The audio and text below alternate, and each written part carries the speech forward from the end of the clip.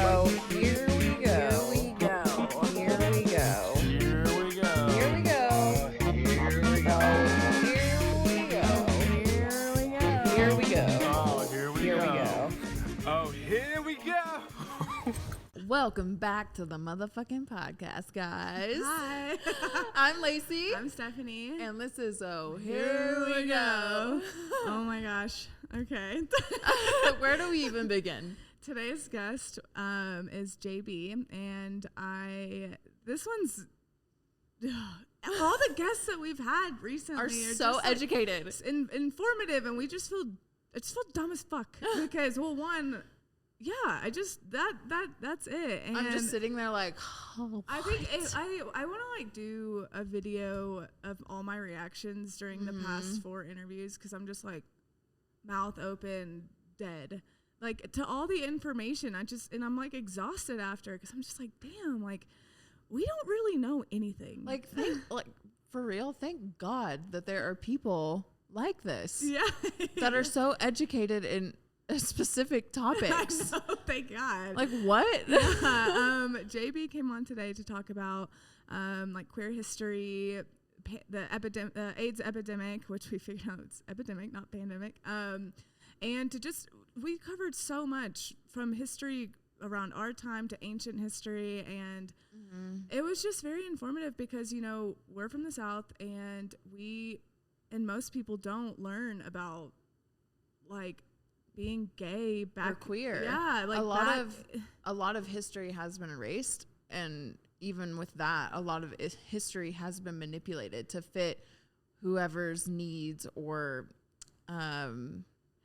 wants for whoever's in power. Yeah, you know, and it's you know, because people think that a lot of people think that being gay is just a new thing, and it's just like a trending thing, and it's a phase. You know, my mom might listen to this, but you know, she made a comment towards me. She was like, Lacey, you're just exposing yourself to so much. You know, it's a different time. You're like on the internet. You're exposed to so much knowledge and information. She was like, I just don't want you getting confused.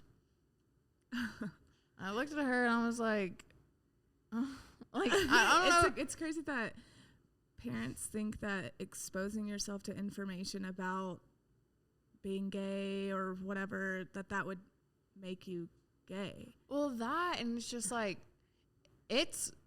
I mean, also good if it does. Like, well, I guess I just like that statement is like, you should never be fearful of knowledge. Yeah. You know, knowledge holds so much like power. Right. And like, I don't like to keep someone or a group of people or yourself away from knowledge is an injustice to yourself. I'm so glad I did not live this life thinking that I knew all the answers. I think we're very aware and very work towards every day to knowing that we don't, which is why we have this podcast, because we just like having our minds blown. And I'm just so glad I didn't sit and you can have a normal life and have a 9 to 5 and have like do the same thing every day. That's fine. But you have the power of knowledge at your fingertips, and you can educate yourselves. And so that's why I have a little bit harder time with the word ignorant these days, because I'm just like, is it ignorant or lazy? Like, are you being lazy or about fear? Like, are you being lazy or fearful of not educating yourself and growing? And so that's why I'm just like, with that word these days, because we are actively trying to learn and realize we're wrong and doing all that, and it's easy. I mean, the podcast is fun, and people are asking, like, you know, I'm out, and people are like, what do you do? And I'm like, I'm a podcast. And I'm like, what's it about? And it's so hard for me to answer that, but like, you know, sitting here talking to you right now, I'm like, there is not a single episode that has gone by that we have not learned something like that we just did not know about. Like, there's so much information out there.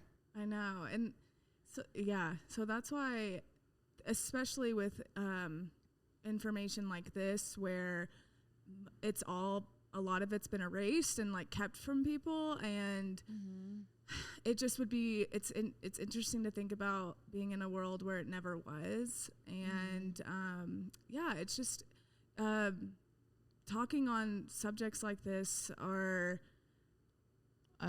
more impactful for me because I feel like, you know, I've been lied to my whole life. Like I've been, I hate that feeling. I hate the feeling of like, you know, that's how I felt when I, you know, first turned vegan and I started reading on meat and like realizing what it's actually doing to the environment and animals and my body and everything like that. And I got angry because I was just like, felt like I've just been lied to my whole time. Like people telling you that milk is good for you. I was told that my whole life. And I was never given the choice or the option to believe differently. Like my parents were just beating it in me because they were not educating themselves on it. They weren't listening. They weren't, you know, so it was forced out into my body, just like knowledge about, you know, queer history and stuff.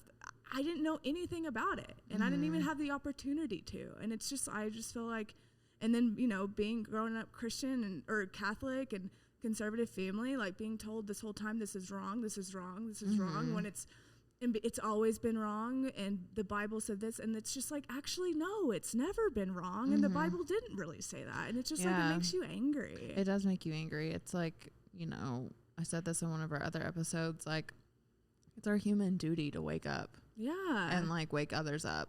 And someone told me this the other day, by the other day, I mean, like, several months ago, that, and I don't know if this is right, or if they were right, but that we were entering like the age of Aquarius or something, and this was like I've heard that too. Where we are for the next 2,000 years predicted to be, or supposed to be, more connected than we ever have been with the earth. And I was like, you know, I already see that happening, and a lot of that is, I really feel like a lot of that is due to technology and change and information's being spread faster. Yes, and so I'm just like thankful to start seeing that. I'm just thankful to live in the era where I'm starting to see progress. Yeah. Yeah. So, you guys, this episode is very interesting and it's very informative. I'm very, very thankful we had this conversation. Yeah, very thankful that we had this connection too, because yeah, and he's such a fun speaker. He's so fun. Oh, he's we awesome. hop on the, what do you call it? The rainbow. The rainbow time history machine? bus. Yeah, the rainbow history bus. And it was amazing. But yeah, guys, without further ado, we're going to get into the episode. So. Here we go.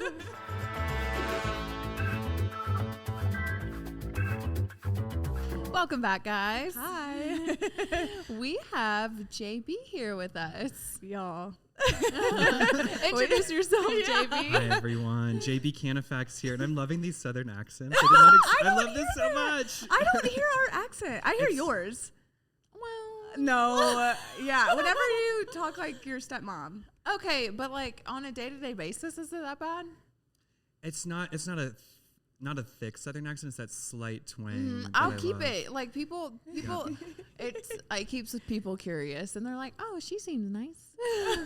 Yes. And then people listen to you more because, you know, in Colorado we get tired of hearing the same exact voice over and over again. So you hear like this slight southern twang. And everyone's like, "What is this?" And just zero in. And you know, there's also like two types of southern accents, right? There's the kind of like redneck one. Yeah. Very then there's that classy southern drawl.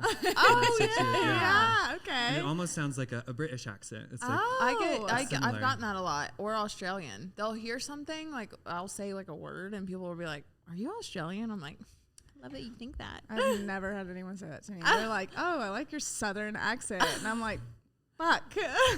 Okay. But anyway, yeah, back to you. Where are you from? Who are you? Yeah. Who am I? That's a great question. Something I've been working with recently. Welcome to therapy. Yeah. Thank you. I love this therapy. It's my big break. I'm getting a lot of things done at the same time. Cute. So, hi, everyone. JB Cannafax. I'm a lawyer. We're talking today about all things queer, and I'm very queer, very gay, so very qualified for this too. Yay! Snaps. Snaps all around. Oh, yay. I don't have a hometown, so I grew up as a military brat. What? So Wait, what? No hometown. So born in Alabama, we moved to Iceland a year later. So elementary school was Iceland, then went to 2 middle schools, 4 high schools. So kind of just bounced around a lot. Went to high school in Florida, DC, Colorado Springs. He's cultured. So when you said no hometown, I was like, were you born like on a boat? Like that was like in the middle of nowhere. Like, is that what that? Okay, but so you were can go born with in both. Alabama, though. Yeah. Okay. Born in Alabama, went to college in Alabama. When I was 16, I lived in D.C. Actually, I got to work for Nancy Pelosi for a year. So I was a page. The program's not there anymore, but I essentially went to high school in the Library of Congress. And then after school, I would go raise the flag on top of the Capitol building, like when Congress was in session. So I was on top of the Capitol building, like raising this flag every single morning. And I like saw the healthcare bill getting passed in the House of Representatives, got to like organize the bill together. That was when I was 16, and that like really sparked my interest in law and policy. Wow. Yeah. So this has been like a thing from day one almost. A with calling. Yeah, and I always know that I love talking to people. I could talk to people all day. It's my favorite thing to do. So when I was 16, I was like, oh, I'll get involved in politics. All I do is talk to people. That's pretty much it. And it's kind of just been a snowball effect ever since then. Like, Wow. Yeah. Because I've never had the desire to raise the flag on top of the Capitol. Well, Like, so. It's super patriotic. Yeah, I'm just like, wow. It must be so nice to like actually know what the fuck's going on. Yeah. Like- Because I'm in the dark. Yeah, at least I'll tell her something that's like, I've caught a whim on in the news, and she's like, I don't know what the fuck's going on. And I'm like, really, me either, but here's what I heard. So, yeah. So Have you that's guys been heard nice. have you heard of imposter syndrome? Yes. It's like this phenomenon where you're kind of like, you wake up and you're like, how did I get here? Yeah. Like, how did this happen? Yeah. That happens a lot to lawyers. Happens to me like Oh, all the time. interesting. My first mentor told me, she's like, the best thing that you can do for your legal career is to carry around a clipboard and just nod and make really good eye contact. She's like, that's how I got this far. Always, Intimidation. yeah. Wow. Or just being confident.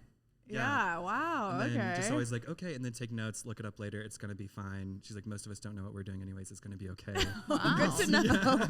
Well, wait. What brought you? What was the driving force to like become an attorney? I'm just gonna go back to imposter syndrome. I still wake up all the time. I have a suit on from the waist up on a Zoom call. I'm like, how did I get like whose life is this? Wow. But I went to law school young as a 22-year-old. So I did straight like kindergarten through JD. So I went to law school at CU Boulder, and yeah, I just knew that I wanted to talk to people, and that's what I told people when I was applying. Older attorneys I talked to, they would ask me like, why do you want to do this? I love talking to people, and almost everyone I talked to told me not to go to law school. I had that over and over again. They're like, you're not going to succeed. It's going to be too hard. You're going to burn out. And I kind of just put all that in the back of my head and was like, I'm pushing forward because I don't know what else to do. I just know I love people and I want a job with people. Wow. And I mean, it ended up working out. Thank God. God. Wow. Yeah, Okay. and it doesn't for all lawyers, but that's just something that I'm so proud of, is just the ability to ignore a lot of people when they're telling you can't do something. Oh, you know? I like that. Yeah. Wow. Because pretty much my whole life I've been told you can't do that, or you're not smart enough, you're not good enough. And it's, if you think those thoughts, you won't be.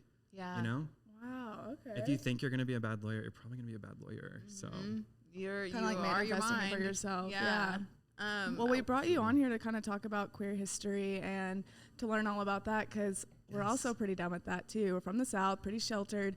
We're trying to get out there and educate ourselves, and that's why we like conversations like this. So can you get into that for us? Yes, yes. And I love that you brought up this South too, because in the South, people are not gay, queer, trans. They're different. Yeah. You know exactly what I'm talking about. Mhm. He's Already. different. He's different. that little boy is different. Wow. Yeah. Oh my. Wow. And you know, the first time I realized I was different was when I was talking to my aunt. You know, in the South, you have tons of aunts, and they're not your real aunts. They're like your mom's friends. Yeah. I was like, Aunt Becky, Aunt Stacy. Is this from Alabama? Yes. Oh my It's all your God. aunts. So I was having a conversation with one of my aunts, and I think it was when I was like 15, and she was trying to get me to open up, and I just remember her saying, you know, JB, there were some boys in my elementary school class that were different too. And they liked stained glass and, you know, art and gymnastics, things like that. And it's okay. Your accent is so good. It's so sweet. It's okay. Oh my God. So they knew from an early on age, like you could just tell you knew. Was it confusing or what? My aunt definitely knew. I think everyone else knew, and it was just something that was put on the back burner. And I remember growing up in the church, and I remember, putting my hands in the air, like singing to Jesus. You have those kind of like spiritual moments in church. And I think it's the music, it's the community that brings people together. Energy, yeah. Yeah, and I definitely remember feeling spiritual and just putting my hands in the air. And that was the one thing that always threw me off, especially in churches in the South. It's like, what do they talk about? It's like weed, gay people, and abortions. And I'm like, that's about it. Yeah. It doesn't make, and we don't So see that in true. the Bible, but it's interesting. Like, I just remember going to church, they would like read a couple of verses and then be like, anyways, this is how the Lord wants you to vote this week. Oh, wow. Yeah. I haven't been to church as an adult. I, moved out at 18, and I don't remember. I would fall asleep during. I literally don't remember like most of what was talked about. I went to Catholic church, so I I think definitely fell asleep. A big one is like modesty and saving sex for marriage. Oh, yeah. Yeah. Yeah, that was a big one for sure. I mean, I was raised to, my parents were always like, Adam and Eve, no abortion. I mean, I was just like such conservative family. I mean, they're still like that. Like, my dad doesn't even really talk to me because I'm vegan, which has nothing to do with anything, but that's how strict it is. But yeah, anyway. Did you hear what she's doing? She's eating beans and rice and vegetables. She ate some star fruit. I don't even know what that is. What the fuck is that? Okay, well, wait, to get back to her, that's so funny. Okay, first we have like queer or Yes.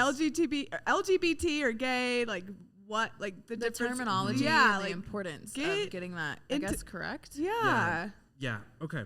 So we're all gonna get in the little rainbow history bus. We're going back to 1894. Cute. Yay, 1894. The Okay. Rainbow History Bus. Oh, that's Everyone good hop art. in. Yeah. Okay, we're getting on the bus. We're going back to 1894. Okay, I love this story because we're going to learn about like the first time queer came into the scene as a term for someone's sexual orientation. Because for a long time, queer was just different, funny, strange, right? But in 1894, there's this guy, John Douglas of Queensbury. He has a son named Francis, right? And Francis, which was allegedly, we know what happened, sleeping with the Prime Minister of the UK, right? So this is a huge Allegedly. How did that happen? deal. Huge deal. I guess just, I don't know how gay people saw each other back then or how it happened, but I'm sure they had these like big lavish parties, I would assume, where they were drinking and that maybe some like weird eye contact or some like hand touching, and then it would end up being an affair. Oh, okay. I don't even know how people found each other back then. Like Yeah. I would be scared to be executed or beheaded or Yeah. something. Was like being like different or queer or gay back in the 1800s, was that still as much of a quote sin as it is now? Like It wasn't. Oh, It wasn't. yeah. It was, really, it started becoming a problem, I guess in the 1800s it would have been, but it started becoming a problem, really in the 18th century, so the 1700s. So Michel Foucault is a French author. He wrote like the history of sexuality. Fortunately, died of AIDS in his 50s. But he wrote about how the rise of the Victorian bourgeois, the Victorian elite, so around in the 18th century, created this new class where before it was monarchs, and then we're switching now to where we have a rich class, and they kind of are putting more of a control on the people, right? And you put the control on the people in Europe because if you control the people, you control the money. Oh. Yeah, and so we're seeing this is the industrial age too. So it's like people need to be working all the time. We don't want them slacking off. We don't want them having sex, being sexually deviant, because that takes away time from work. So that's the idea of it. Wow. That's where Is that also where like sex before marriage came in? I mean, it was always in the Bible, but this was around this time we saw people starting to get really obsessed with it. Whereas before the 18th century, people were more free with their sexuality, experimenting, talking about sex in front of children. Wow. And then Michel Foucault writes about how there was a switch, and it switches to where that's no longer okay. Wow. And it becomes more of like a control tactic on the people. Oh, wow. Yeah, so back to this this affair that was happening with the Prime Minister. Francis. Yeah. They're all named that. Francis. So John Douglas wrote this letter to his other son, Alfred, and it was the first time where he called the Prime Minister a snob queer. And it's the first time in recorded history where someone used queer in a sexual sense. But What does that mean, a snob queer? Oh, wow. Snob queer. before, I guess it was just like different, strange, unusual. Like that's a queer person. I always wonder how that gets switched. Like how it means one thing. Like the F word didn't originally mean something derogatory, and then then it got switched, right? I don't even. I'm not saying it. So like, you know what I mean? Like it's just. I always wonder about what happens when the word originally meant something, and then it turned into something else. That's interesting. It's one person uses the word in that way, and then it gets famous, and then people start claiming it. And back then, you know, this could have been seen as kind of like a slur, almost like a racial slur or like a gender slur, something like that. So queer was seen as a slur, and then now we're having this resurgence in modern times where gay people are reclaiming that word. It's like reclaiming the slur, being like, no, we are queer, we are strange, we are different. And one of the reasons I like to use the term queer is because gay typically refers to white, cisgendered homosexual men. Wow. You know, 'cause gay, when you think of the term gay, you think of like white men who are in relationships with men. And so So you just do. white guys. Well, that's could just be- kind it of could like be any what of comes them. to mind, right? But it's what comes to mind, and it's what people think about too. And so it's not encompassing enough. Right. Um, Like there's so many Wow. different there's so many different kinds of like queerness, you know, and Yes. like people. Yes. But like But gay, like, you yeah. why is that? I honestly think it's because of Stonewall Riots in 1960. We're getting back in the history of us. The Stonewall Riots in 1969 was where we saw this turning point in history where gay people were fighting back, but not just the gays, but also the transgender, the drag queens, the black queer people were fighting back against the police when they were literally going into queer bars and beating people up, assaulting them, taking them to jail for no reason at all. So this was the first time where people were standing up, and they started having names like, like the Gay Liberation Front and the Gay Activists Alliance. But the problem was back then, these people that were in these political progress organizations, they weren't welcoming to the transgender, to the black community, to the drag queens, because that was too far out there. Oh. They were literally excluded from these groups and these, pride parades and different things like that, because it's like, you're almost too gay, you're too queer. We just want like white gay men to bring our movement forward because straight people can understand that easier. Oh. I mean, Straight people can understand that easier. it just makes me sad. I feel like this week we've been learning so much through these episodes, and just so much like trauma, it's like, I'm just like, there's so much trauma that has happened in our history. Yeah, that's So, God, fuck. So I really like the word queer because it's all encompassing of like all races, genders, and then LGBTQIA. That is such a mouthful. Who's going to be actually using that? Well, I know, I really couldn't even just say it just then. I was like, LGBT.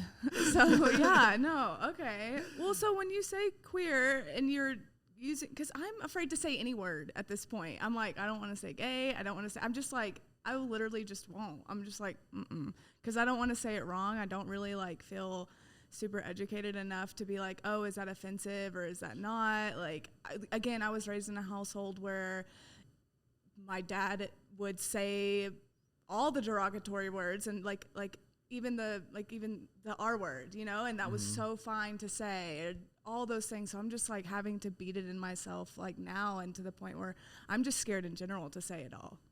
Even using the word queer, I'm like, I don't, so.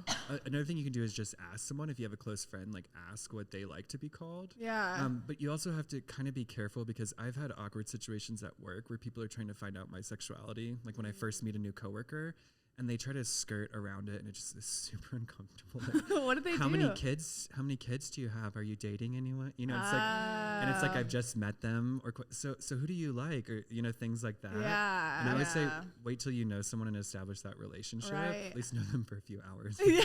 Oh my God. Well, Yeah. of course. Oh my gosh. But I think gay's fine, queer's fine, LGBTQIA is fine, but I just prefer queer because I just think it's all encompassing.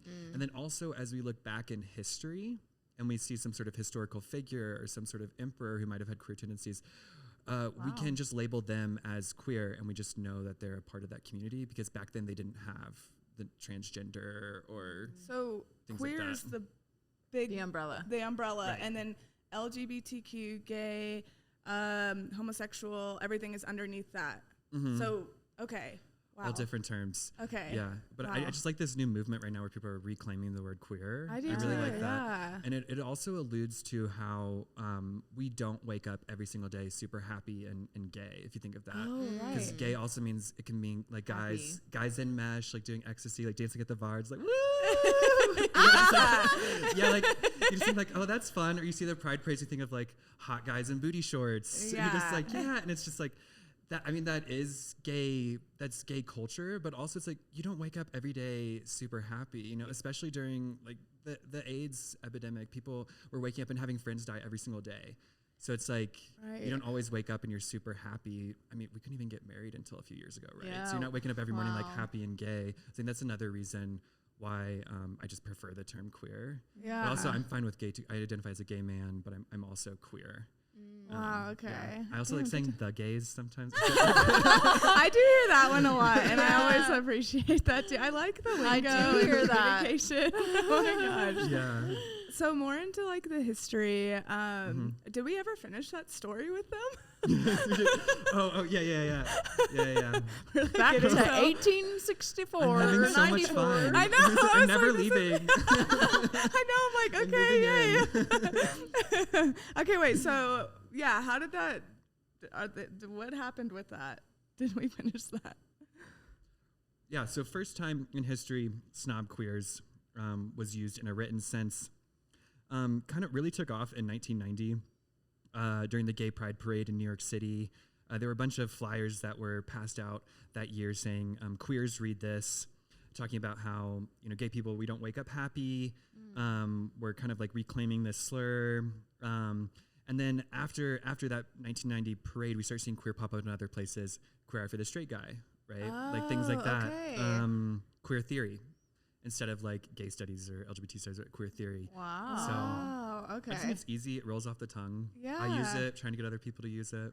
So it was first used Like derogatory back- in 1864, and then started being reclaimed back kind of in the 90s. Mm-hmm. Okay. Wow. Yep. Okay. Damn. Just like reclaiming that word. I love that. Yeah. Well, I guess what else we have written down for you? Like, I guess just in different cultures throughout history and like from the beginning of time and like I see something about like Greek mythology and ancient Greeks. Why, especially, I guess, why did America or the world go through this period in time where it was like being queer was so bad, because was way happened? back when was that considered bad? And and people like, well, it's controversy in the Bible. It's like whatever that fucking verse is, like, do not lay with a man, but that wasn't what that actually meant. No, not at all. It's really fascinating, right? Because we're at this interesting turning point in history where all of us have labels now. And we really started to see this pop up in the 1800s.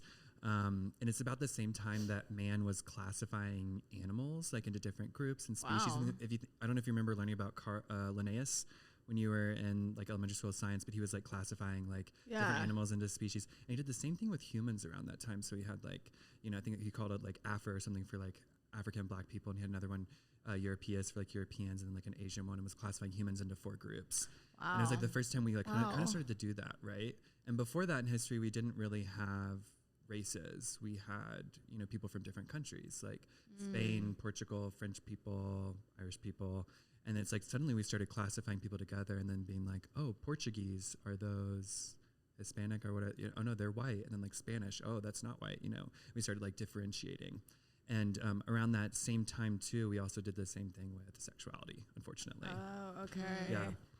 Wow. Is it like, I love this idea of oneness, and when all of that classification and separation started happening, did those categories, because we have like a natural competitiveness or like a human nature to be competitive, is like is that what, like, why did we like easily like turn against each other? Yeah. Just because there's like a label on it now? Is it just like our human nature to like function that way, or like what? I don't understand. So my explanation, and this was from one of my professors in law school. I took a lot of classes on international law and critical race theory and sexuality. And one of my professors, I really loved her. She was fantastic. And she talked about how it's a power mechanism. And it's like kind of like an ancient politics power mechanism where you are different from them. You need to follow me and listen to me so that I can protect you from them. Yeah. And do you know who recently did this? Donald Trump, right? Like, Right. Oh Wow. and it's super classic and goes back to like time immemorial where it was, these people are different from us. I'll protect you. Give me all of your money. Work for me. I'll Pump build a 'em with wall. fear. Yeah, because fear makes people vote. Fear makes people pay. Fear makes people follow Take you. action. It's the number one motivator besides, I guess, sex too. Well, Sex and fear, yeah. I'm like, that'll really do it. Well, when it comes to like, being gay and also like religion, is there a safe space for that anymore? Ooh, that's a great question. And I hate to say this, but in my experience, I honestly say no. Like I personally, in my experience, I don't feel comfortable going into any sort of like religious organization or space. So I'm like, I've been in those spaces like my whole life growing up in the church. And I remember in high school, it was interesting. My youth pastor was actually sleeping with one of the girls in our youth group who was 18. He had a beautiful wife too. It's always the guys with the really hot wives, right? Wow. Those are the ones who cheat. And God, man. Well, fuck. What am I gonna do? Hot girls are not protected out there. Well, no, Jay-Z cheated on Beyonce, and at that point, I'm like, what are we doing anime? My little baddies, stay strapped. My God. Jesus. Anyway, sorry. That's an awesome aside. And it was kind of funny because I remember seeing that, and in my head at the time when I was 18, I did the same thing all queer people do, I guess, is like I'm bi-curious, then I'm bisexual, because bisexual is a way where you can still have like a wife and kids, and then it was like finally I transitioned into the idea of being gay at like probably 22. But I remember in high school at the time at 18, I was like, man, my pastor can sleep with this girl in his class, and it's it's fine. How'd you know? Right, because he can ask for he went up in front of the church and told everyone. Holy shit. Oh, well, that'll do it. Okay. Anyway. El Scandalo, right? And then he left, or did he keep? So he left and went to a rehab center where he essentially A rehab? Or what? it's Sex? like it's For where a bunch of sins? pastors go, and then they rehab you for a few months, and then they send you to be a youth group leader at a college.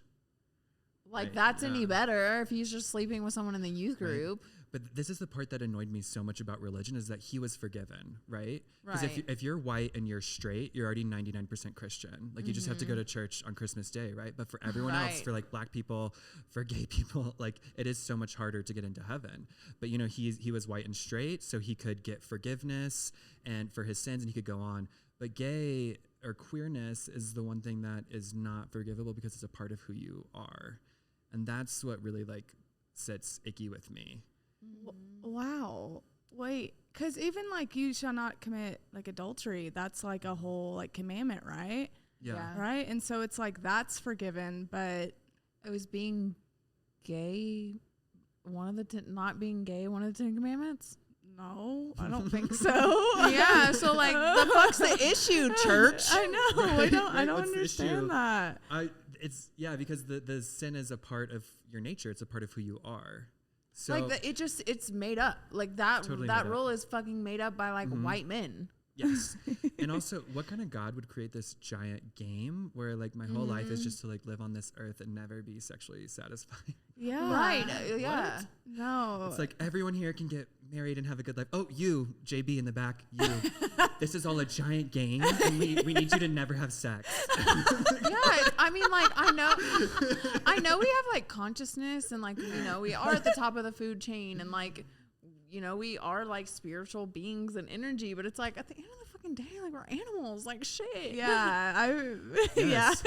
Yes. So to a long way to answer your question, that's my reason I don't feel comfortable in the church. And I know some, like the Methodist Church is creating safe spaces for queer people, and I think that's awesome, but it's just, that's not my way to achieve spiritual enlightenment. Yeah. And I think at a certain point in life, you also have to ask yourself, like, am I comfortable with the idea of death? And most people that say no to that really latch onto the church Mm-hmm. because it gives them comfort. And, you know, I had this awesome therapist when I was in law school she told me, she was like, JB, some people need God to feel comfortable dying. Yeah. And if you don't need God for that, that's okay. And you can find spirituality in other avenues like music or yoga or art. You can find other ways to connect to source, connect to nature. And that's okay. Yeah. And when she told me that, I was just like a light bulb. I was like, oh, that was awesome. Yeah, And then that's she was- great. She's like, anyways, I need you to go. Your time is up. Tell us about like your Southern Baptist military household and like discrimination Yes. you faced and all that. Absolutely. So grew up on military bases my whole life, which was very, it's different, right? It's just like, That's different. it's very structured. Like I don't remember making my own decisions growing up. Like all my decisions were made for me, like up at 6 a.m., you know, go to school all day, swim practice, piano lessons, guitar lessons, teaching piano, Boy Scouts, like Eagle Scout, just like it was to the point where like I didn't know what free time was until I like left my house. So it's very difficult because sometimes you just wake up and you find out like we're moving across the country. It's like you need to go say goodbye to your friends now. Wow. And so you just say bye and then you just go. Wow. And there's kind of this like phenomenon in psychology where when we look on our past, we find it much more favorable. And I think that's like the point where I'm at now. Where growing up, I was like crying, like, I hate you guys, Mom. Oh my, and me now, too. And now looking back, I'm like, I went to 4 high schools and I survived it. And I learned that if you want friends, you have to put yourself out there. Right. Like no one's just gonna randomly come up to you and be your best friend. Like I learned like I have to put myself out there. Hi, I'm JB. Nice to meet you. Where are you from? And I have to do that if I want friends. Yeah. Wow. Oh, that's a good thing. And to that's a learn. kind of cool thing that you went to all these high schools. Like, do you have more friends than most people? No. Okay. Well, never mind. Do you guys want to be my friend? Yes, absolutely.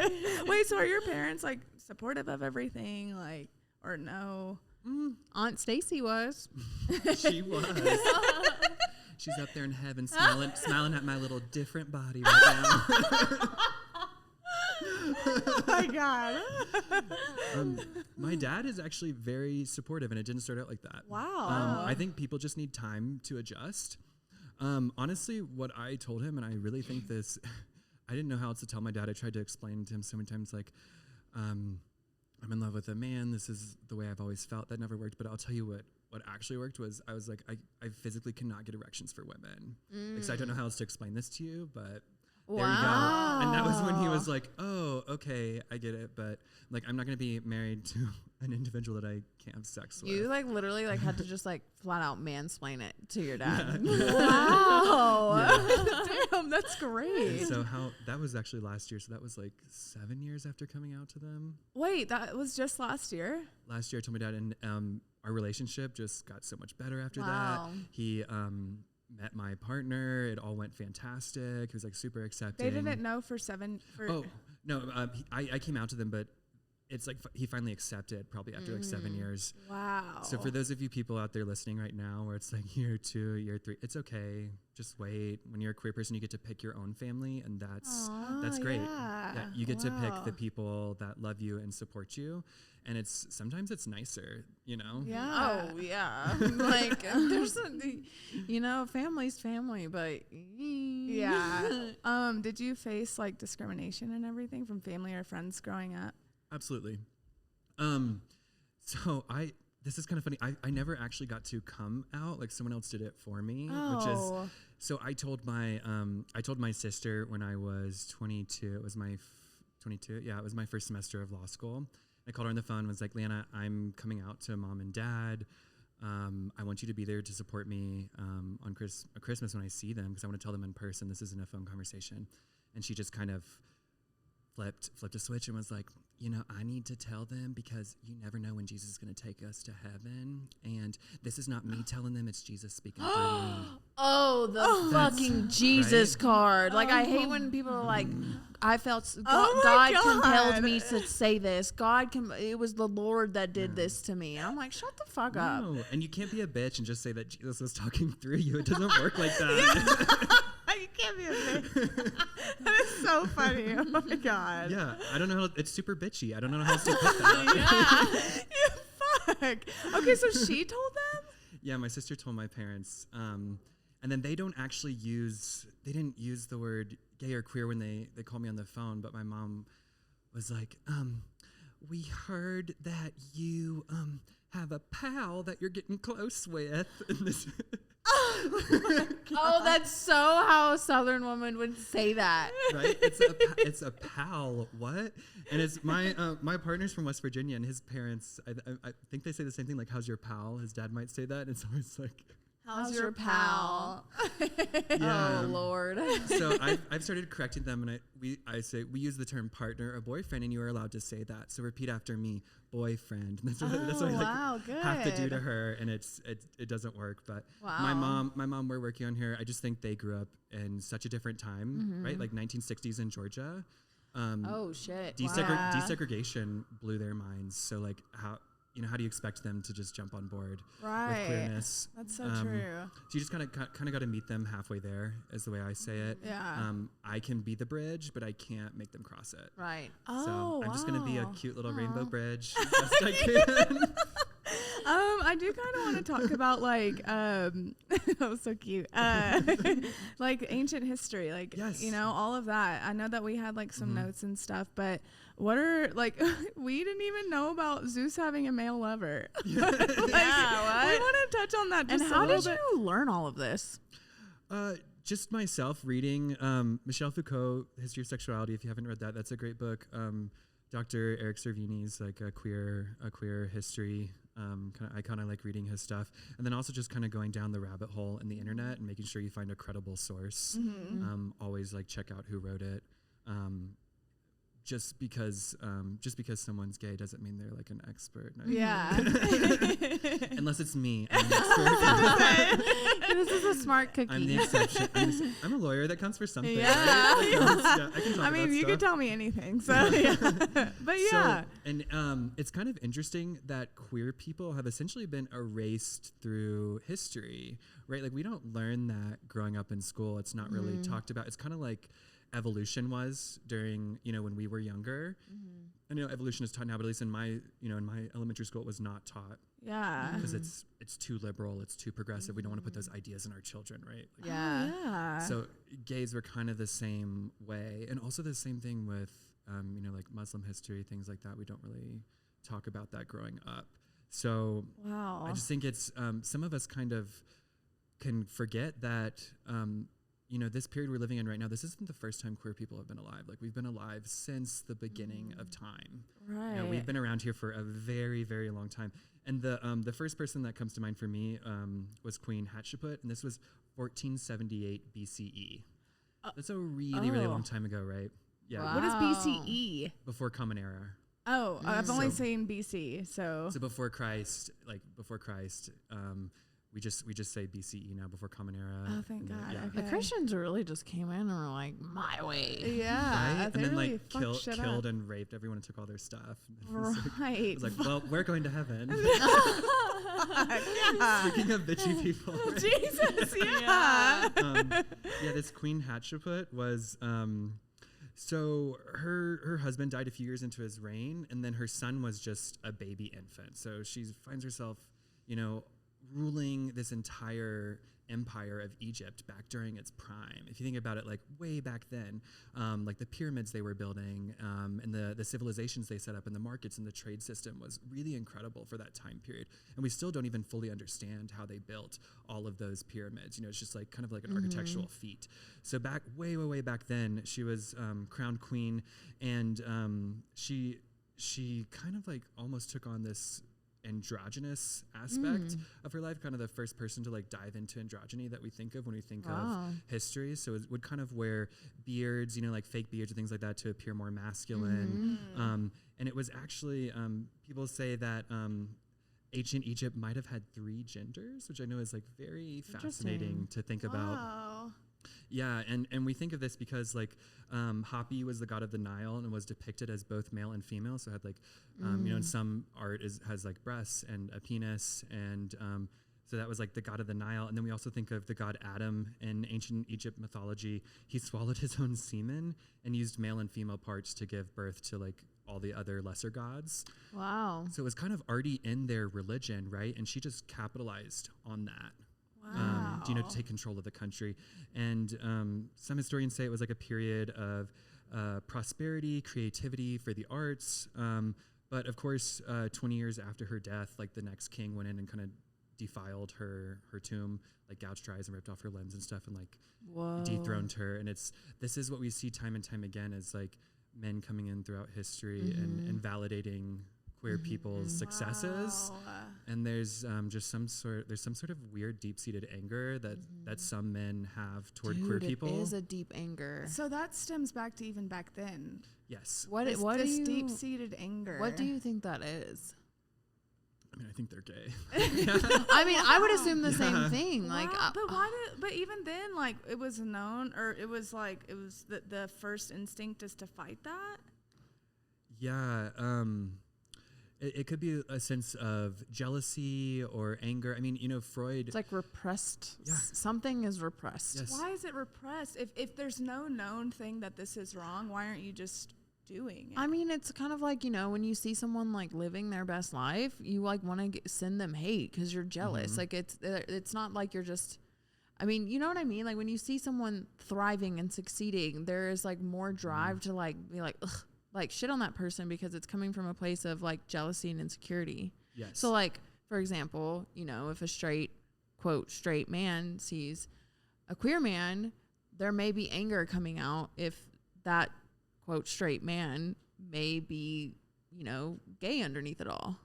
You know what I mean? Absolutely. Well, I see that now because like, it's been beat into boys at a young age that you're not gay. You can't do this. Like, but I'm talking about back then when there wasn't all this shit and it was BCE and men are still repressing things. Like, who told them to do that? Why was that the first thing to be said? Like, why? You know what I'm saying? Like, who? I mean, men just are naturally dominant, anyways. Yeah. I just want to know, like, why was it always seemed wrong? Like, what is that? Because that's before the Bible, right? Which that's the first thing. I'm like, oh, the Bible started all this. So I'm like, before then, why is that the first thing that this was wrong?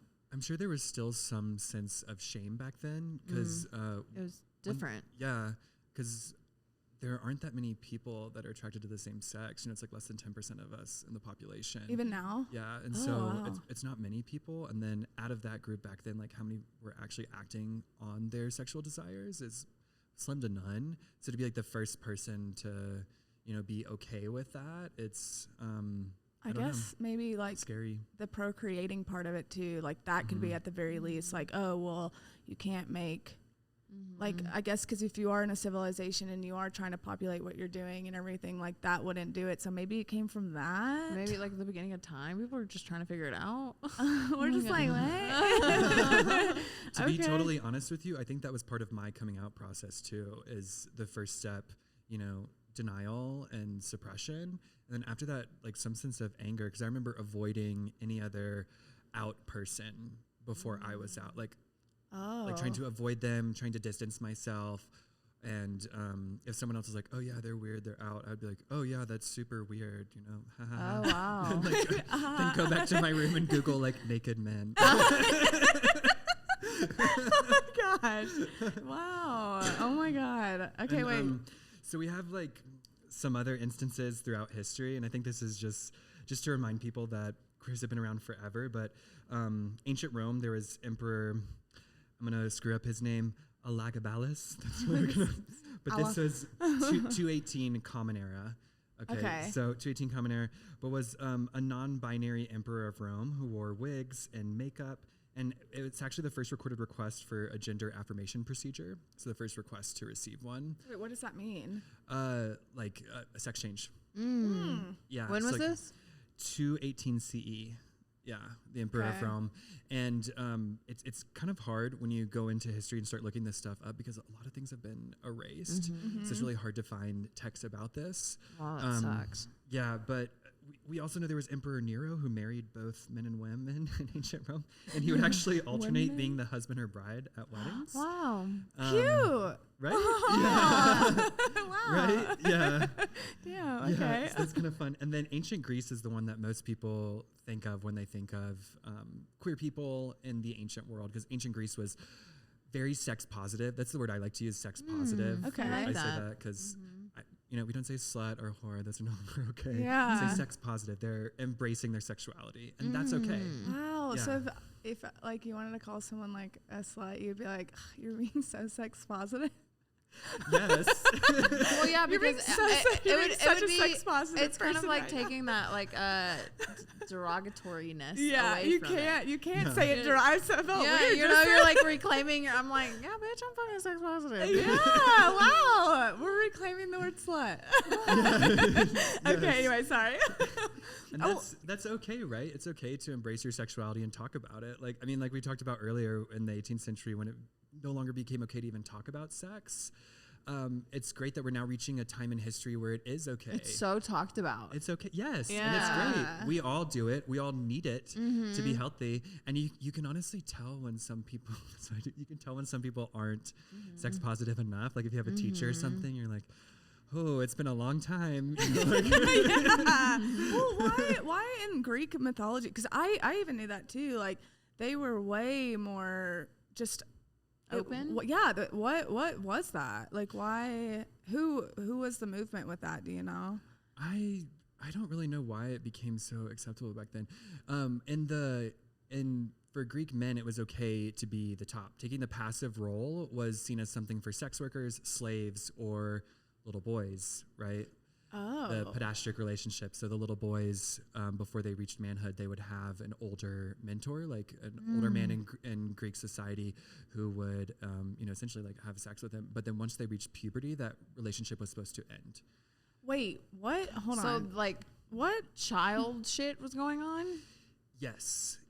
Wait, Absolutely. so taking the top role was seen as what? That was acceptable.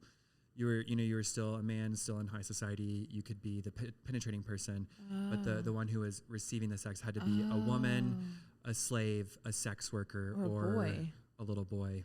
And so the ancient Greeks were very open-minded with their sexuality in some sense, but I mean, in other why sense, little not boy? at all. What, not little girls, only little boys. Right. Why? Interesting. It was almost seen like a mentorship kind of thing. It's obviously like super bad in a negative context, but at the same time, it was just, it was honestly like a way for men to kind of like keep this control, if that makes sense. I don't know. It's kind of this like weird myth that we see where it's like, oh, the penetrating one is the one with the power or something like that. Okay. And I think we're reaching a point in society where we're kind of like drifting away because women are powerful, like the. Yeah. We learned that we're kind of power bottoms. Oh my God. Forgot about that moment of time for us. Yes. I think that's what we like. Yeah. I don't know what she told me that I don't know what the fuck I am. I'm all of it. yeah, That's so interesting though. It was strange, and I think that's why there's so much. I think that kind of spurred the Christian hatred of queer people is because it suddenly got tied into pedophilia. Oh, okay. So that is my theory, and that this is an idea that other historians have talked about as well. But it's kind of like at this point in time, queerness got tied into pedophilia, and then we can kind of like circle back to the beginning, like why did Christianity and history, hate queer people so much? This could be one reason why.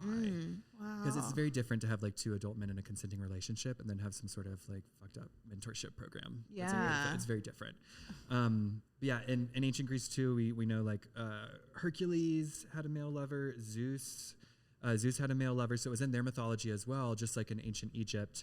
And Plato actually argued that same-sex relationships were a step to spiritual enlightenment. Oh, So wow. speaking of things that were erased from our history, right? Like That's we never learned cool. about that in school. No. Oh my But yeah. God. Well, I've tried to explain this to my mom, like that in the Bible, it's like thou shalt not you shouldn't lay with a boy a or what is man. But I was like, I'm pretty sure that was meant to be written as thou shalt not lay with a boy, right? Yes. Yeah. Yes. And then Dr. Dershowitz is a biblical scholar and actually says that this was added to the Bible and not even in the original translation. The man shall not lie with man.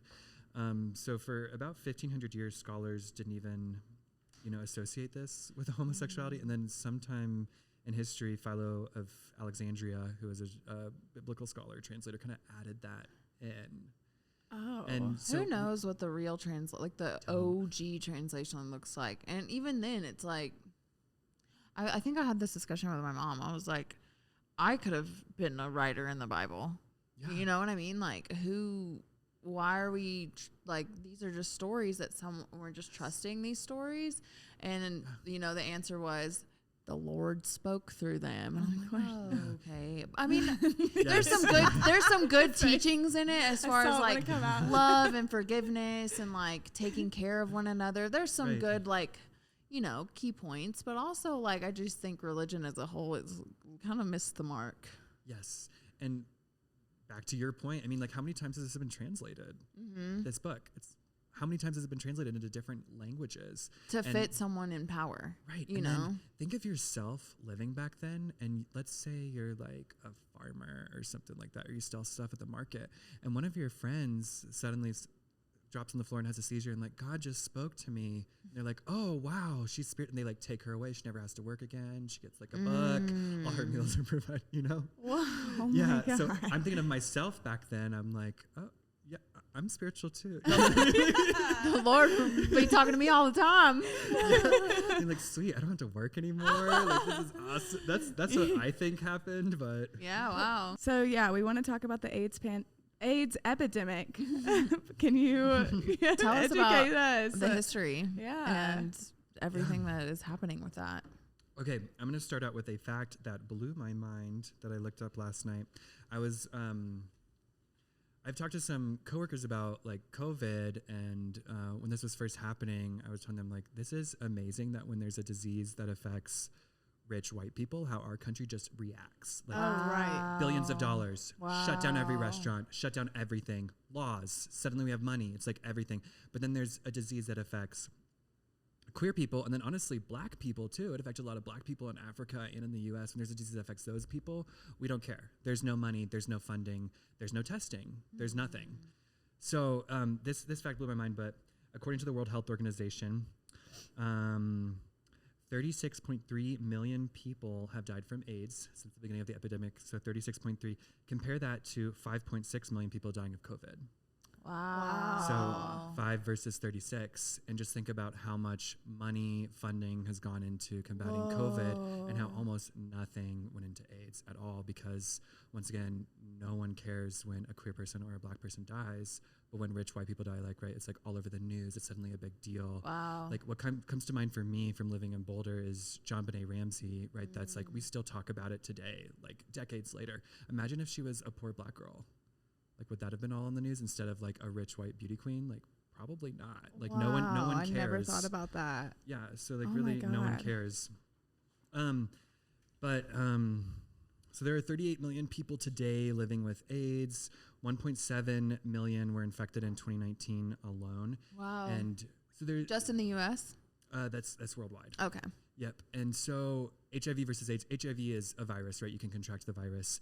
AIDS is a later progression of the virus where you have lost your white blood cells, your T cell count, and your immune system is permanently damaged. And that's, most people don't die from AIDS, but they die from another sickness. So a simple cold or something, or a sinus infection, they're done.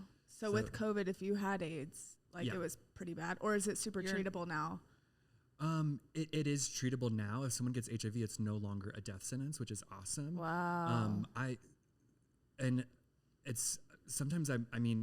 I'm very surprised that I don't have HIV. Thinking, it's funny, thinking back in history, you're thinking about that one guy, did he use a condom? Yeah, you're oh shit. Well, we were talking about the other day. We're like, how do you get it? We weren't really. I was like, how did this? Obviously, things can transfer sexually, but how did this become a thing? Like, where did it become a virus? Like, what was the germ or like the bacteria or like how did it become something? We still don't fully understand it. Some scientists say it came from monkeys. What we do know in the AIDS timeline is that 1959, a man in Congo died from AIDS, and that's kind of like the first recorded instance that we have. So was he white? No. Okay, wow. So it started in Africa, and that's something we also don't really hear about in history is how hard hit Africa was. They didn't have access to meds or anything. They couldn't afford them. So, places like Kenya at one point was having 500 people dying a day from AIDS. And we had the cure for it over here in America, but they weren't getting it because the medicine was so expensive. And Gilead, the pharmaceutical company, was the one who was charging insane amounts of money for it. Gilead's real? I thought that was just in Handmaid's Tale. Whoa. Gilead, the pharmaceutical company. Yeah, so this is gonna be a fun episode because we're gonna dive super deep into AIDS history and then also talk about like the pharmaceutical industry and how corrupt they are and how much money they're getting from us at the expense of people's lives, and then also how Black people are not getting access to healthcare. Yeah. So 1959, this Congo man died. 1980, Ken Horn dies in San Francisco. When was when was the kind of the year or the 80s, mostly 80s and 90s. Okay. But the interesting thing is that HIV can take almost a decade to turn into AIDS. Wow. So were people just not being tested? No. Okay. No, this is another crazy fact is back then if you even got tested, your health insurance could drop you. Wow. Oh, Yep. right. And now there's fucking billboards that's like get tested, free testing. Like Why would they drop you? Because you're sexually promiscuous, you might get AIDS, and then AIDS was a death sentence back then, and then our country wasn't spending any money or resources researching it because it was affecting queer people. Wow. So it's simpler just to drop someone than it is to cover them, and then potentially they get AIDS and have to cover for that treatment. But that's so sad.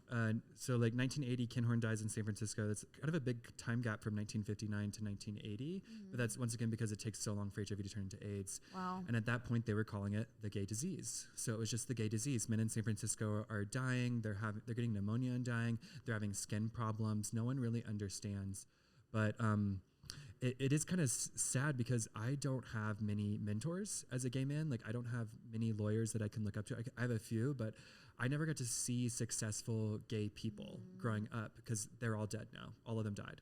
So it's like there's like a whole generation that was lost. Wow. So like growing up, I never got to see or other things? from AIDS. So growing up, I never got to see other gay people being successful. So I was thinking like, oh, if you're out, you can't possibly be a lawyer or something like that. It was like always in the back of my head. So it's super sad that all these people have died. But 1981 was when like the real AIDS crisis began. And here's a super, super interesting fact. September 9th, 1983, the CDC rules out casual contact as spreading AIDS. So 1983, that was like, right at the beginning of it, the CDC was telling people like, you cannot get this from casual contact. Like casual contact meaning like touch and like shaking hands, hugs. You can't get it. It's not airborne. So 1983, they were telling people that. Okay. But it's like everyone completely ignored it. And there were even ads from the Conservative Party where it was like families like with face masks on, all holding each other, and it's like protect yourself from the gay disease, and they're like holding each other. They called it the gay disease? Yeah, it was the gay disease for a while before it eventually turned into HIV AIDS. But yeah, the Conservative Party was the original ones who were like putting the face masks out there, right? And like take that to today's times. Wow. I'm not wearing that. Wow. Oh my God. I'm not wearing that.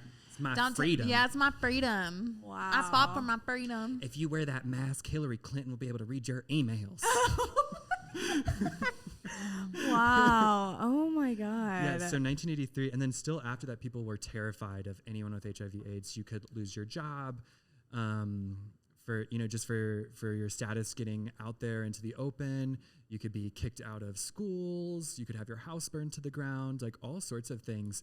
So gay people were essentially like in hiding. Wow. Like a lot of people were scared to, even interact with anyone because they were just seen as someone with a disease, and no one was believing the CDC at the time.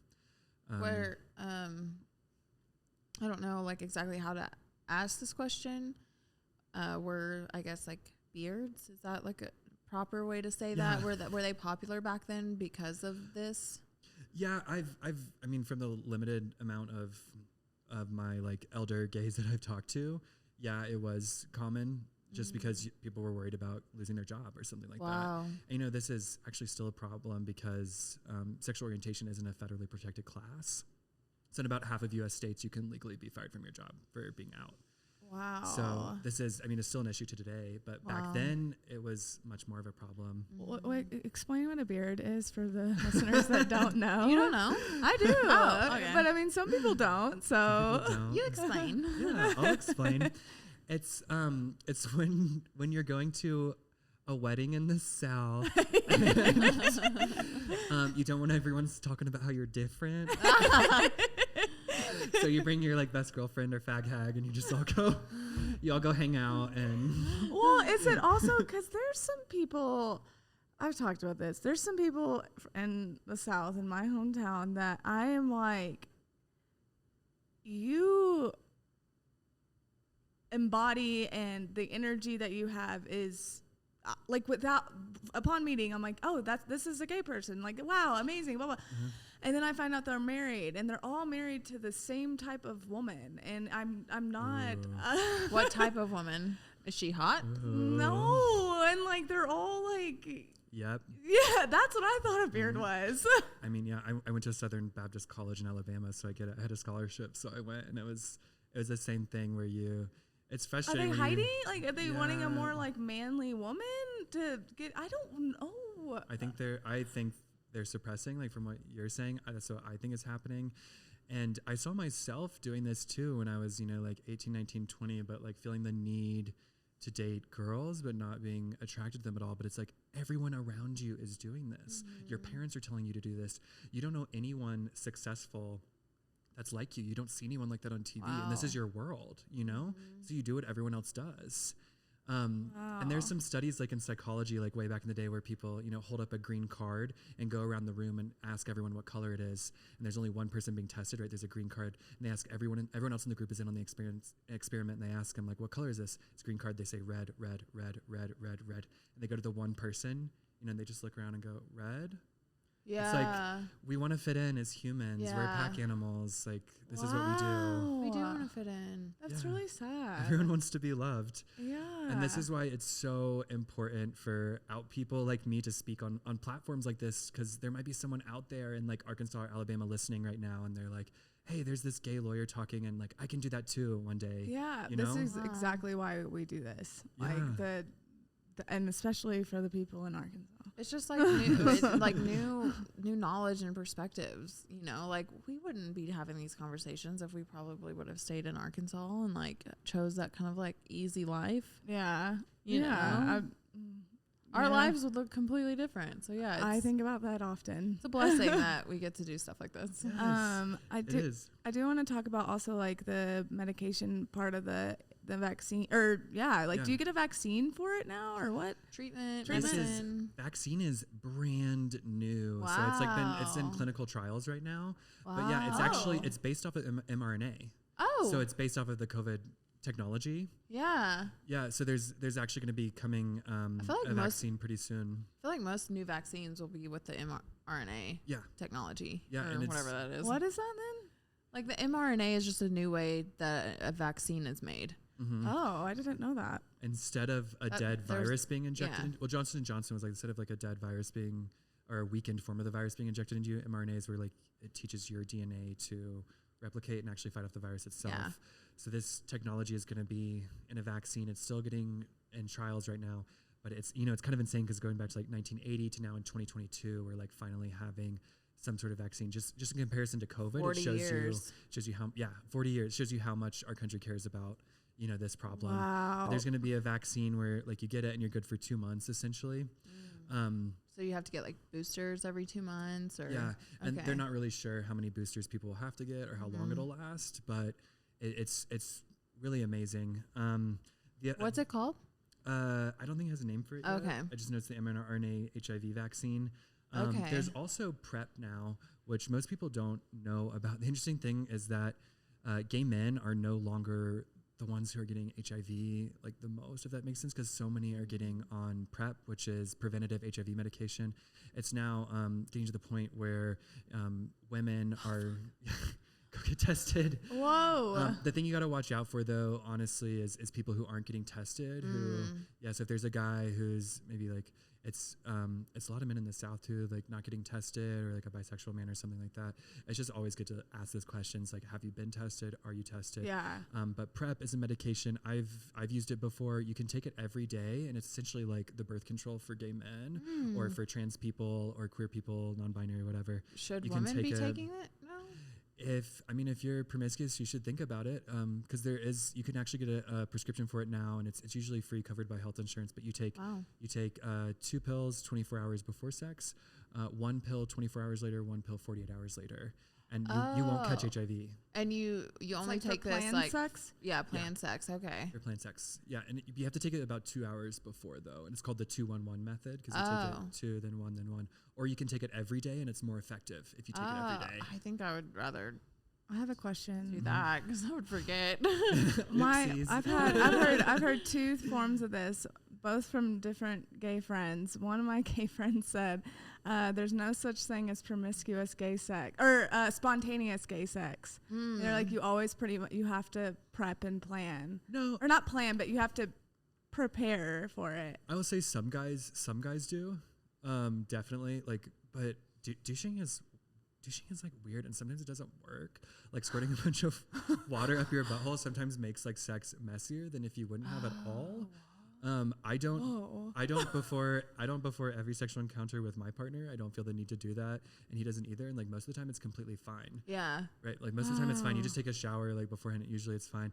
But obviously, if you've had like 3 chili dogs and a kombucha and like some enchiladas, like you shouldn't have sex that night. You shouldn't do that. God. Okay, well, good to know. Oh my gosh. We can edit that out if you want. No, I loved all This of is good that. to know. No, this is so great. My face got hot though, because I was like thinking about like anything anyway. I'm just like thinking about some of my experiences in the future, and I'm like, okay, good to know.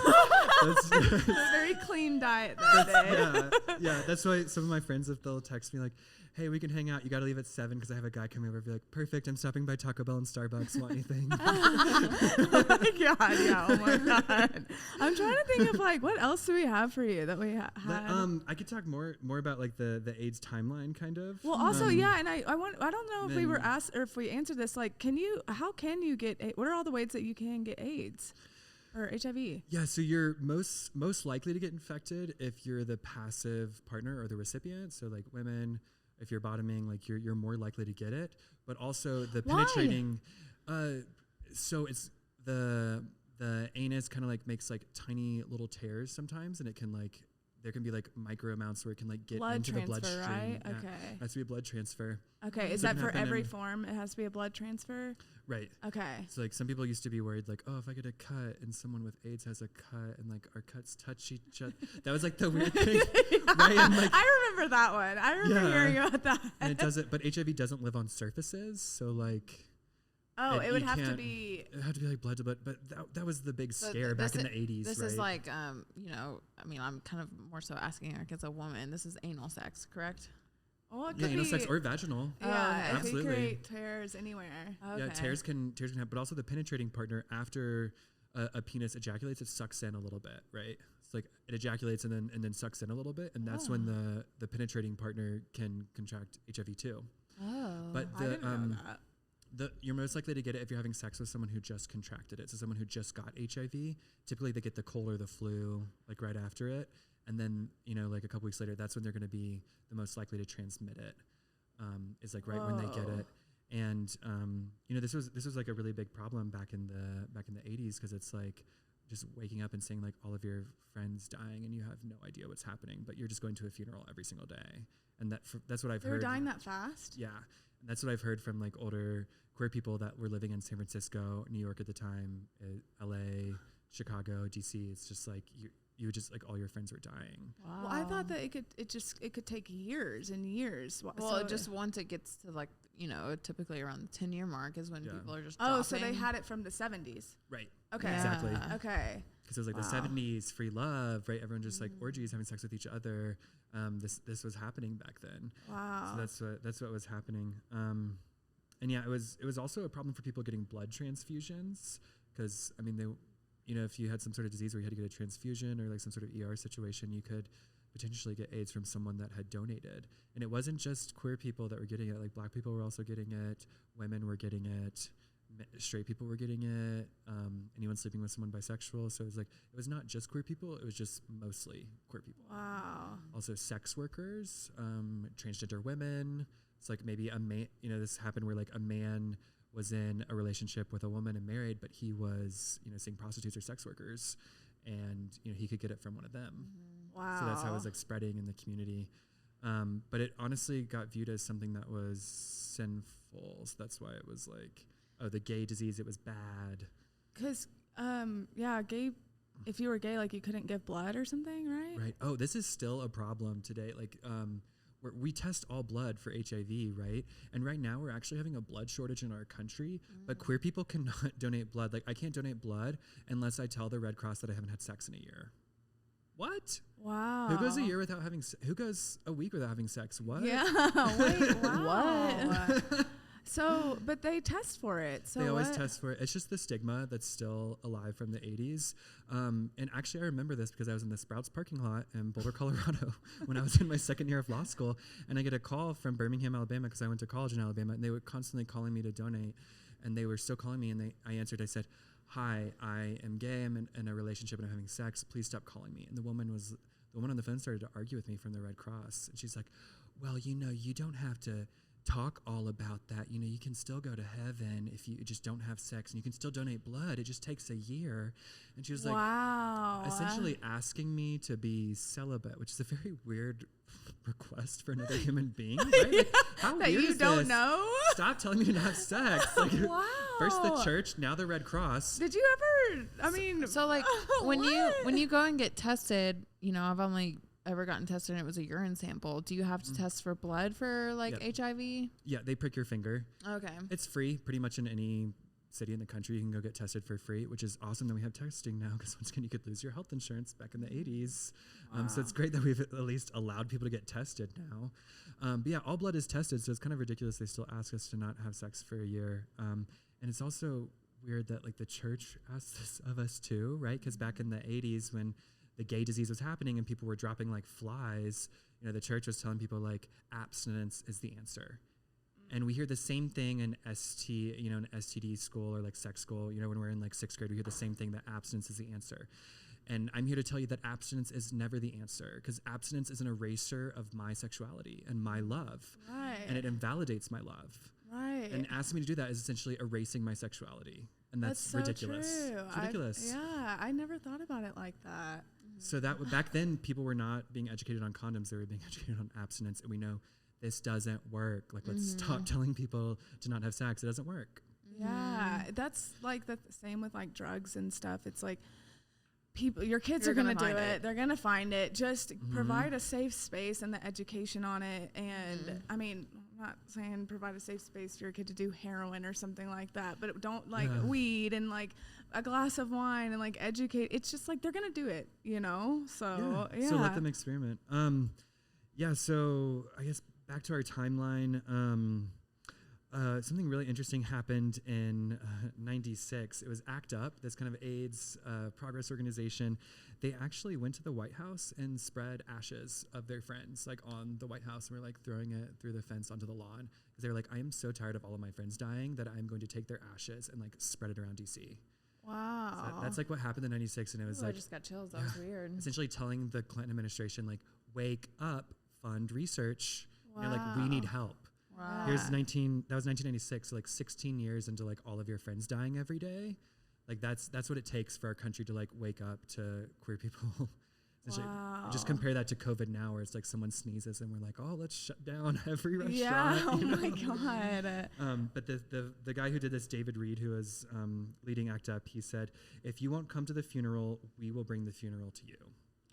Yeah. Oh, that's powerful. And around the same time, they had the AIDS quilt on the National Mall, which is the largest piece of folk art that's ever been created.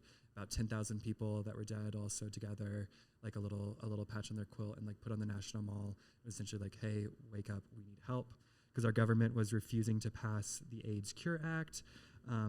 inaction on drug profiteering. Around that same time, there was actually like meds out there for HIV that was helping people live healthy lives, and they couldn't afford it. Wow. Yeah, so they were like drug profiteering from the pharmaceutical industry. There were no needle exchanges, and our government was essentially being silent or even laughing at it, like laughing at the gay disease, making jokes about it on national television.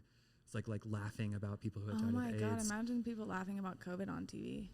No, you get canceled. Yeah. Oh It's my like, God. you're out. I mean, that's the whole Republican Party. Yeah. Well, that's true. Isn't this the like fastest evolving virus, or like it's the fastest changing one, right? It replicates super fast. Yeah. I didn't know And that. then, so the drugs people are on nowadays, you can live a normal, healthy life. Like someone with HIV, it's no longer a death sentence. You take antiviral drugs, mostly Truvada. But the interesting thing was that, so 2004, Truvada gets approved for patients. Before that, we had AZT. Essentially, AZT was in the 80s that they started giving people. It was like an outdated cancer drug. It had such bad side effects, and they were like, "Oh, let's just test it on queer people. Let's just give it to them." And essentially, like, here you go. And had such bad side effects, it was like killing cancer patients. They're like, "Oh, let's just give it to gay people," and it wasn't really working at all. It was, essentially like killing people. And people that just had HIV, not AIDS, but people that just had HIV that were taking it, they were actually like dying faster. So they essentially, so the pharmaceutical industry, our government essentially was like, let's just give them AZT, see what happens. It didn't work. 2004, Truvada gets approved, and this is actually really awesome. Gilead develops it, the pharmaceutical industry. It's working. Here's the problem. $20,000 a year. Oh, wow. Yeah, who has that much money? Is that something that will, quote, heal you, or something that you constantly need to be taking? You have to take it every day. Okay. Yeah, so 20 grand a well, it really year. started out as like 14,000, then went up to 20,000. Like 2,100 a month, which is essentially like rent for most people. And the problem was that no one could afford it. But guess how much it cost Gilead to make it? $60 a year. Yep, $60. Wow. So it's almost like a $14,000 profit. At the time, it was $14,000, right? So think of Africa, where they were just like in Kenya at one point, there were 500 people dying a day. They can't afford this medicine. So Gilead has the patent on it, right? And pharmaceutical companies can have patents on the drug, how the drug is made, like all different sorts of things. The prescription, how much to take a day. So they have this patent, and it's 20 years. And no one is getting this medicine. Wow. This is too expensive. And then there's a Dr. Robert Grant who devoted 20 years to studying Truvada, and he actually found out that you could take it preventatively. So he found that out let me see, I think that was in 2012 he found that out, that you could take it preventatively and prevent HIV. So it's like 2012, we find out we can prevent HIV, we can finally end this epidemic, like great, yay. Guess what? No one is affording it. It's like, it's super sad. Africans are dying every day. Queer people are still getting the disease and dying. And it's just another example of the pharmaceutical industry in America just profiting off of us. Wow. That is really sad. And 2020, the Trump administration kind of stepped in, and they were like, okay, Gilead, we need you to do something. They had negotiations with them. And Gilead says, okay, we're going to give out free medicine to 200,000 people, right? Well, there's 1 million people at risk, according to the CDC, and only 200,000 people are getting these drugs. And here's the thing is, when they donated that to the medicine for 200,000 people for about a decade, when they donated that, they were getting tax credits for it. And they weren't getting tax credits on the $60 a year it cost. They were getting tax credits on the $14,000 a year. Wow. So they made money. It's essentially like a donation, and they were making then why money. wouldn't they donate more? Because they switched to a new medicine recently called Descovy, which is essentially the same medicine with less side effects. Okay. So PrEP has a lot of side effects, like digestive issues. I've taken it before, got digestive issues like fever, chills, body aches. Like I've thrown up before. Like it's like a strong antiviral drug, you know. Wow. So they came out with a new one called Descovy, and guess what? It has less side effects and is much better. And now they have another patent for 20 years. Is it more expensive? Oh yeah, same price. So now it's like, so now there's generic versions of PrEP and Truvada out there that you can get, but it's like everyone wants the better drug, but we can't get that for 20 years because they have another patent for it. Wow. I mean, is Truvada, when did that come out? I mean, we have like 3 more years until that's like the patent's over, correct? Well, Truvada came out in 2004. They ended it early, so they ended it in around like 2020 and generic drug makers were able to come in and make it. But AOC, the Congresswoman, Glenn, right? She asked a question when Gilead was actually in a congressional hearing, and she was like, why does this cost $2,000 a month for my constituents, but in Australia they're getting this for $8? Wow. And they're like, oh, it's the classic capitalism argument, right? We worked really hard to develop this drug. We deserve the money, things like that. The rest of the world isn't operating like this. It's just our country where we're letting the pharmaceutical industry kind of get out of control. Damn. My mind is blown. I just talked for too long. No, this is just like This is just so informative. I feel like we could keep like, even though we have to like start wrapping it up, I feel like we have only like scratched the surface of everything. Of AIDS and PrEP, and yeah. everything. Well, just the history of everything. I'm just like, I hate that it was erased. Like there's so much. Like we didn't even. I wish that there was like books you could give your children to be like, hey, yeah, this is what you're learning in school, but here's also what was going on at the exact same time that they're not telling you. Right. Like, and I also don't really understand why kids are learning about mythology if that didn't even really happen, unless they're going to learn about it in a way like what we just learned about, like how mythology shaped a culture and so on. I just... I think that goes back to our history lessons are viewed through the lens of men that were in power at the time. Right. Absolutely. Like, most of my references were from men in history, like gay men, because we don't really know what like the women or the lesbians were doing back then because they weren't even allowed to like read and write back then. Wow. Yeah. That's so... Wow. So we know a little bit about like the island of Lesbos. Like there's a little bit about like in Chinese mythology where we see there were like some relationships between women.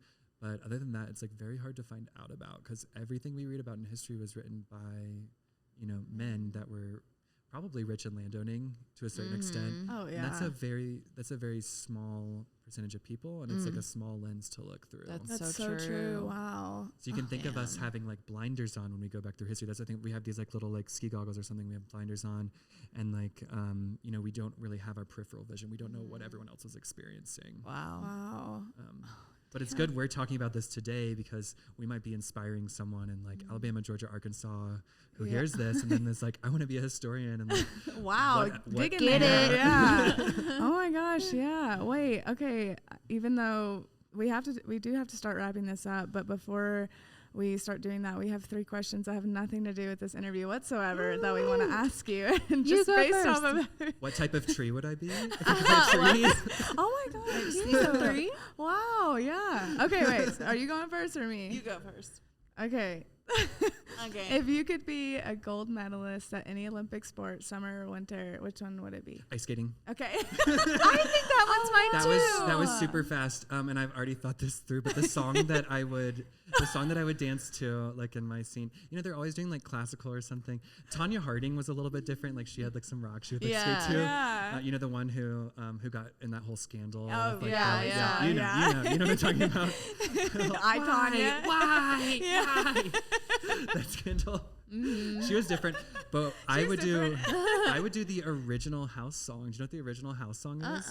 Like everything we're dancing to right now in the scene is from Black queer people, which we didn't even dive into that I too. know. Like the ball scene. If you've never seen Pose, watch Pose. They do a beautiful job. But the ball scene in New York, where it was Black queer people who were like essentially dancing and impersonating what it was like to be a white straight person is what so they had like categories where it was like business executive and like women would walk out and pretend like they could get they could be like a normal white person with a business job. Back then you couldn't do that if you were transgendered or something. It's like they were starting out dancing to house music, and some DJs say the first one was like Finally by CeCe Peniston. It's like finally it's happened to me right in front of my face and I just cannot hide it. Yes. Finally. So that would be my song. I want to bop that. Yeah. I've been wondering about would be me, the ice masquerade part of that.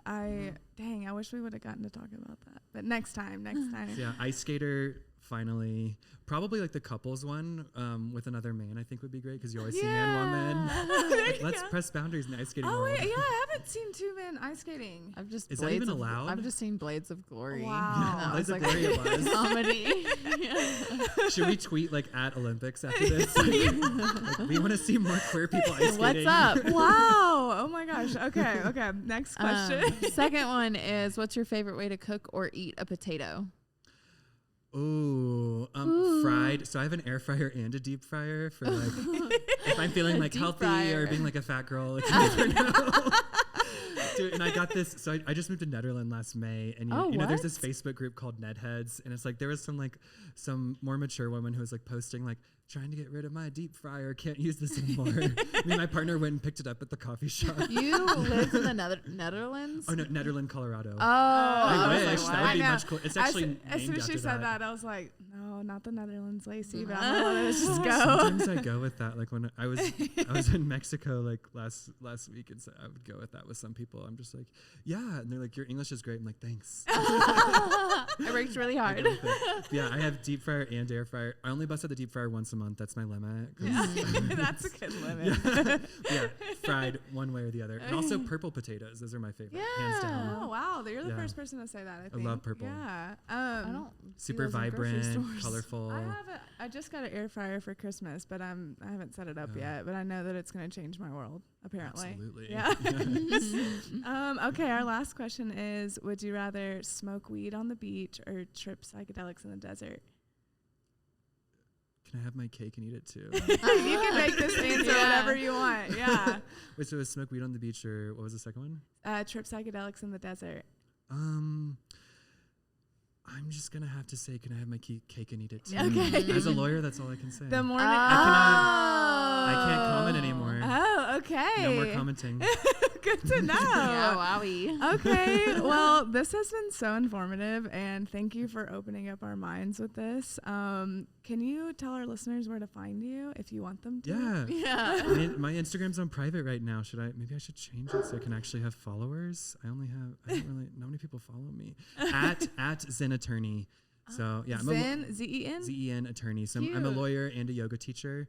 I kind of view Oh, them. cute. Yeah, I view them as very Wow. similar. They're both public speaking, both guiding people, helping people. So Wow, yeah. okay. I love at that. Zen Attorney. Damn. Okay. Well, and we'll also leave your socials linked and everything. Yeah, so- anything that you want us to leave down below, let us know. It's the same as my Venmo too. Law school is not free. Wow. Oh my gosh. Okay. Well, Lacey, do you want to end this? Yeah, thank you guys so much for making it to the end of the episode. It really means a lot. I love that we have this platform to just learn about things that I have been so curious about my entire life. This And is amazing. Yeah, and let us know what you learned too, because we want to know what the most interesting thing was for you. 'Cause Yeah. this was a lot for us. Yeah. If you want to keep up with us, we're at Oh Here We Go on Instagram, at Stephanie Parsley, at the Lacey Claire, but everything will be linked down below, as well as our other social sites. And on that note, we'll see you in the next episode. Yeah. Wait. All together now. 1, 2, 3. Finally. Oh, here we go. Just can't hide it. Oh my gosh. Okay. Bye, y'all. Bye. Bye, everyone.